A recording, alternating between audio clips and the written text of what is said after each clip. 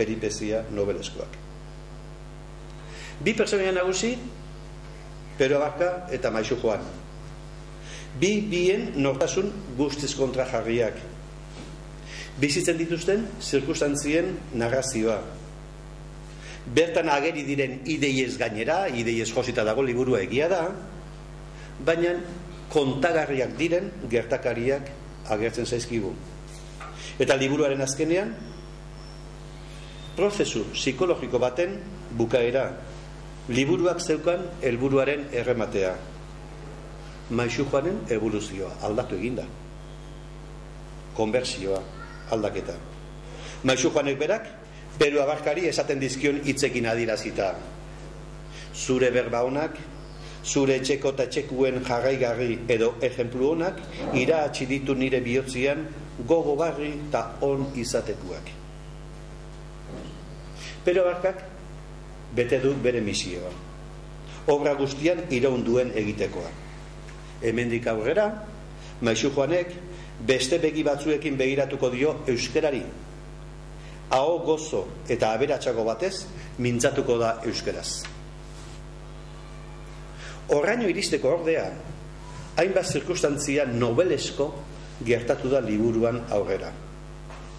Bidaia bat egin dute personaiek. Ez dira ideien munduan soilik ibili. Batetik bestera joan dira. Gaua pasatu dute osatu batean. Aurpikuste egin dute beste hainbat pertsonaiekin. Istiluak izan dituzte bentari atxo batekin. Eta intrigatxoa ere garatuko da bigarren kapitulutik hasi eta azken parte arte. Maixu Joanek ostatuan egin zuen alderbeskeri batengatik. Eta azkeneko partean, Aguazila Peruren etxea miatzen ari delarik, Maixu Joan agapatzeko, Peruk diotxo Maixu Joani. Zagoz, geldi zurbildu baga. Ez agertu bildurrik. Zure zorionean aldatu zenduzen soinokuak. Nire emazte eta umiak isilak dira. Bestiok ez dakixe ez norzarian ez zer igarodan. Etxako zure atzean etorri danari burura etorriko zuzarianik. Iminiko dugu, gura badau, geugaz bazkaitan. Ta ez arren ikararik erakutsi, ta jan egizu ardura baga, joango da etorri den bidetik zu baga.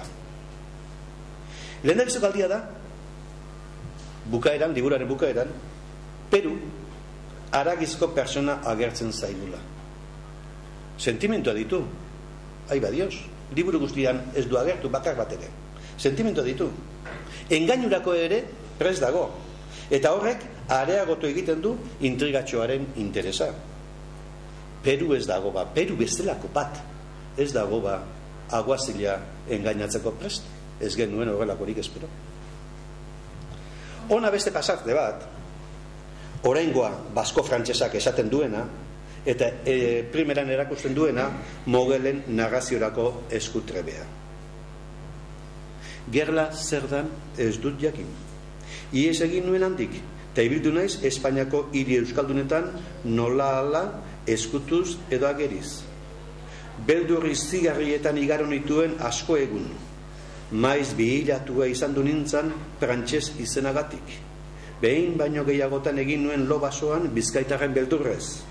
Prantziarez nuen jonai, gerlara eramana izan ez nendin. Zorionez, bukatu zan gerla gaizto gura. Ez dakit nola bizia zirten nintzan Frantzian eta Espainian. Askok azpimarratu duen koska. Zirkustantzia asko akotazio teatralen bidez eta gaztelaniaz ematen da. Y registra la casa del alguacil y entre tanto le habla Maixu Joan a Peru al oído lleno de pavor.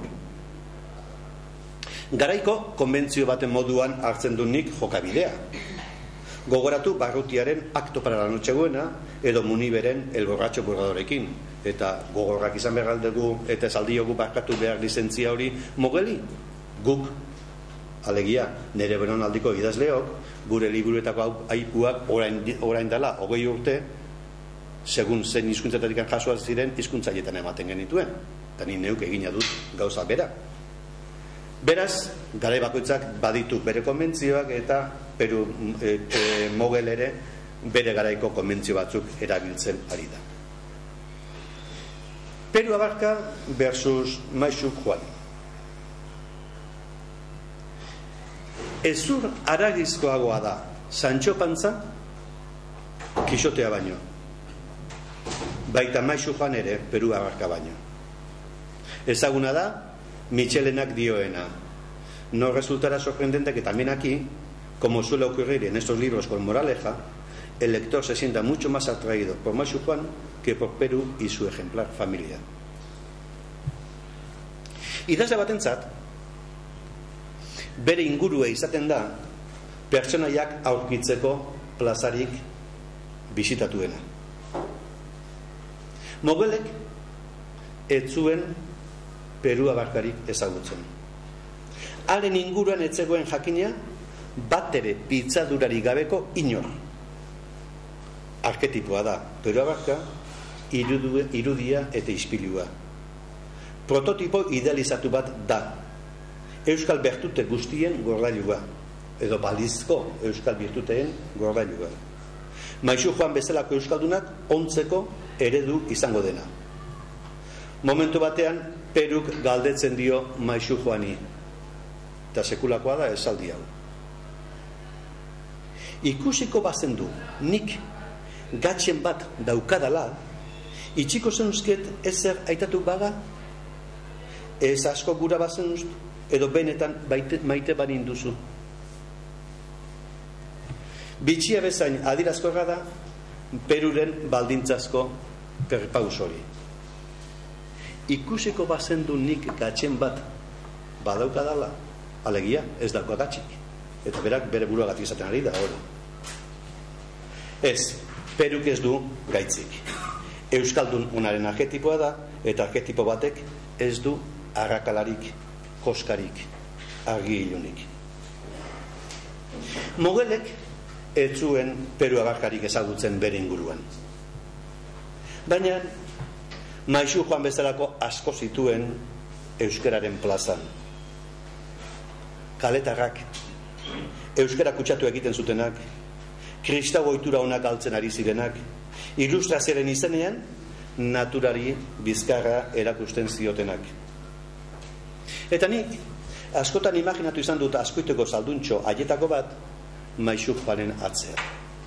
Eta hori bai, hori Mogelek ezagutzen zuen. Pertsonaiaren erretratua desatsegin xamarra da hasiera batean. Kaletar tentelu mizkin baten itxurarekin agertzen zaigu lehenengo lerroetatik Maixu Juan. Baina irakurketan aurrera hurbilago gaude beraren gandik, Peru Abarkaren gandik baino.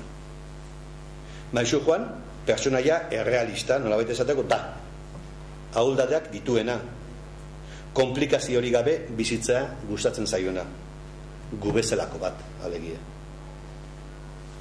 Eta ondo pentsatzen hasita, Mogeli Maixu Juan interesatzen zaio.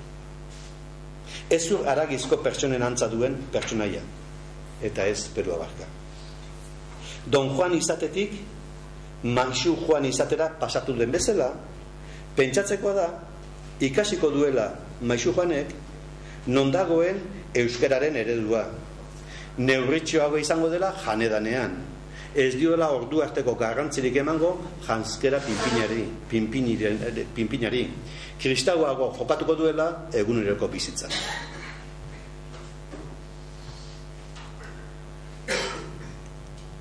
Ironia. Bihar Peru Abarkare irakurketa egitekotan zarete hemengo batzuk.